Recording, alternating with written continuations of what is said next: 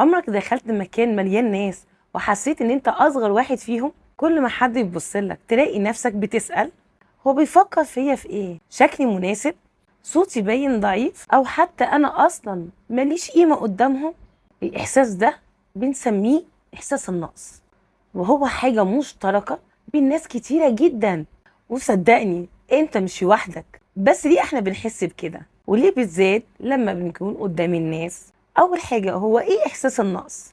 هو شعور داخلي بالنسبة لك انك اقل من غيرك، اقل في القدرات، في الشكل، في النجاح، او حتى في قيمة كإنسان. ايه غريب بقى ان كتير من الناس اللي بيبانوا ان هم واثقين قوي هم نفسهم جواهم بيحسوا بنقص. يعني ممكن تلاقي شخص مشهور او ناجح او غني جدا، مع ذلك لسه جواه صوت بيقول انت مش كفاية.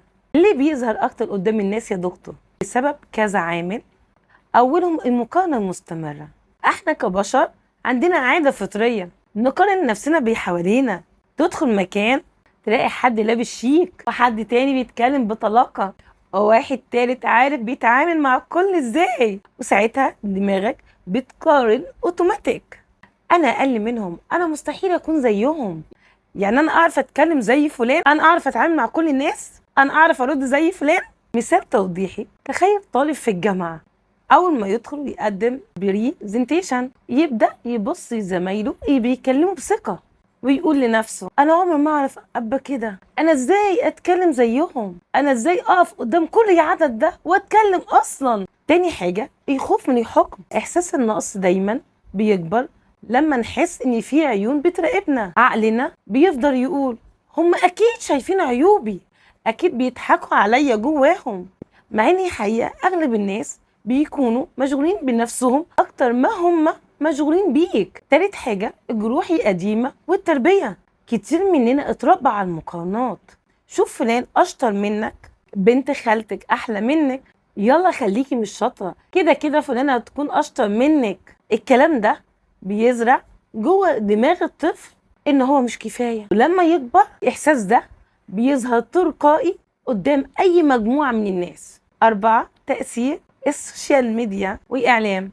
احنا عايشين في عصر كله الصور مثالية، ناس بجسم مثالي، سفر، فلوس، نجاحات. لما بتشوف ده يوميا شيء طبيعي تحس ان انت ولا حاجة. بس خد بالك، اللي بيبان على الشاشة جزء صغير جدا من الحقيقة واغلبه متفبرك. طب يا دكتور، ايه خطورة ان انا اعيش بالاحساس ده؟ المشكلة مش ان انت تحس بالنقص، المشكلة انت تسيب الاحساس ده يسيطر عليك وعلى حياتك. كتير بنسمع عن ناس يحقدوا ويغيرة ملت قلبهم بسبب النقص. طب ليه؟ انت بالطبع شايف ناس اعلى منك وانك شخص قليل، لا اما ترتفع عليهم او انك تقللهم معاك. طبعا احنا كلنا عارفين مين الاسهل، محدش يتقدم يا جماعه، احنا كلنا بنرجع لورا. فبالتالي لما يحقد يملأ قلبك فانت بتحاول تقلل منهم، او ممكن كمان يمنعك ان انت تتكلم قدام الناس او تقدم على شغل او حتى تعيش حياتك بثقه، وفي الاخر تلاقي نفسك واقف مكانك والوقت بيعدي بيك. طب يا دكتور، ازاي اتعامل مع احساس بالنقص؟ اول حاجه، اعرف ان الاحساس مش حقيقه. مش معنى انك حاسس انك اقل انك فعلا اقل. اوقات كتير بتكون مجرد فكرة في دماغك مش واقع. تاني حاجة، قلل المقارنة. قارن نفسك بنفسك مش بغيرك.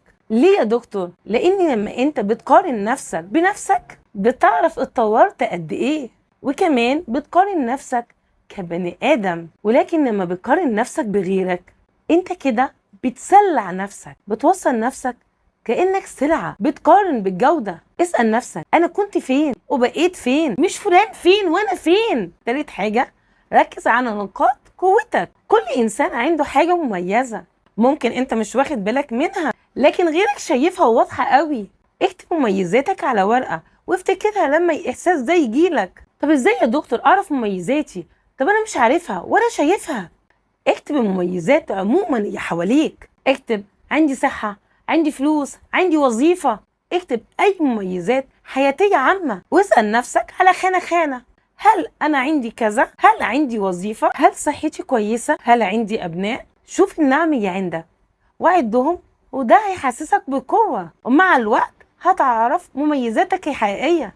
4. تقبل عيوبك. مفيش إنسان كامل، حتى الناس اللي انت شايفهم مثاليين عندهم عيوب يمكن انت مش عارفها.